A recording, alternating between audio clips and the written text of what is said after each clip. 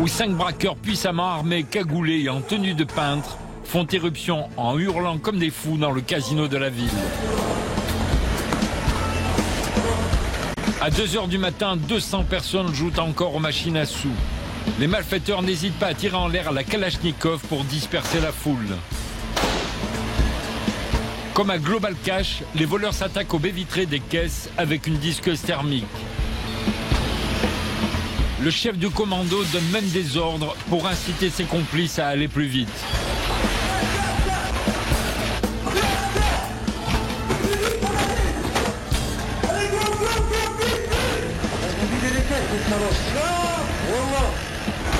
Surexcités, les braqueurs raflent tout ce qu'ils trouvent. Dans la salle de poker, ils n'hésitent pas à pointer leurs armes contre les clients. Avant de retourner dans une salle de blackjack où ils volent des liasses de billets à pleine main, sans oublier, au passage, la caisse des pourboires. Le hold-up a duré moins de 3 minutes.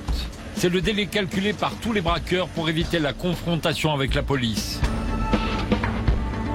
D'ailleurs, armes au poing, les flics de la BAC n'arriveront au casino que 5 minutes après leur départ. Là encore, pour éviter un affrontement qui aurait tourné au carnage. En quelques mois, le pharaon retrouve pourtant ses habitudes. Ici, le braquage du mois d'avril 2010 n'a laissé aucune trace.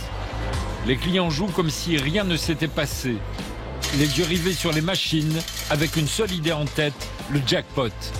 Mais pour les employés du casino, cette nuit-là, c'est une nuit de peur. Surtout pour Fabien, le premier à avoir déboulé un commando hystérique. Je vois ces personnes surgir, donc ça fait énormément de bruit. Et moi, je me sauve au plus vite, en fait. Je pars et je me mets par terre derrière le vestiaire, en fait. Je me baisse. Et on les entend donc rentrer à grande vitesse, courir en bas. On entend le coup de feu qui tire au niveau des caisses, donc on ne sait pas concrètement qu'est-ce qui s'est passé. Et ma collègue et moi partons vers l'extérieur. On prend la décision de sortir du casino pour pas avoir à les reconfronter au moment où ils sortiraient, quoi. Dans la régie vidéo, Franck filme tout. À sa disposition, 96 caméras et au bout du compte, un film réalisé cette nuit-là comme un polar.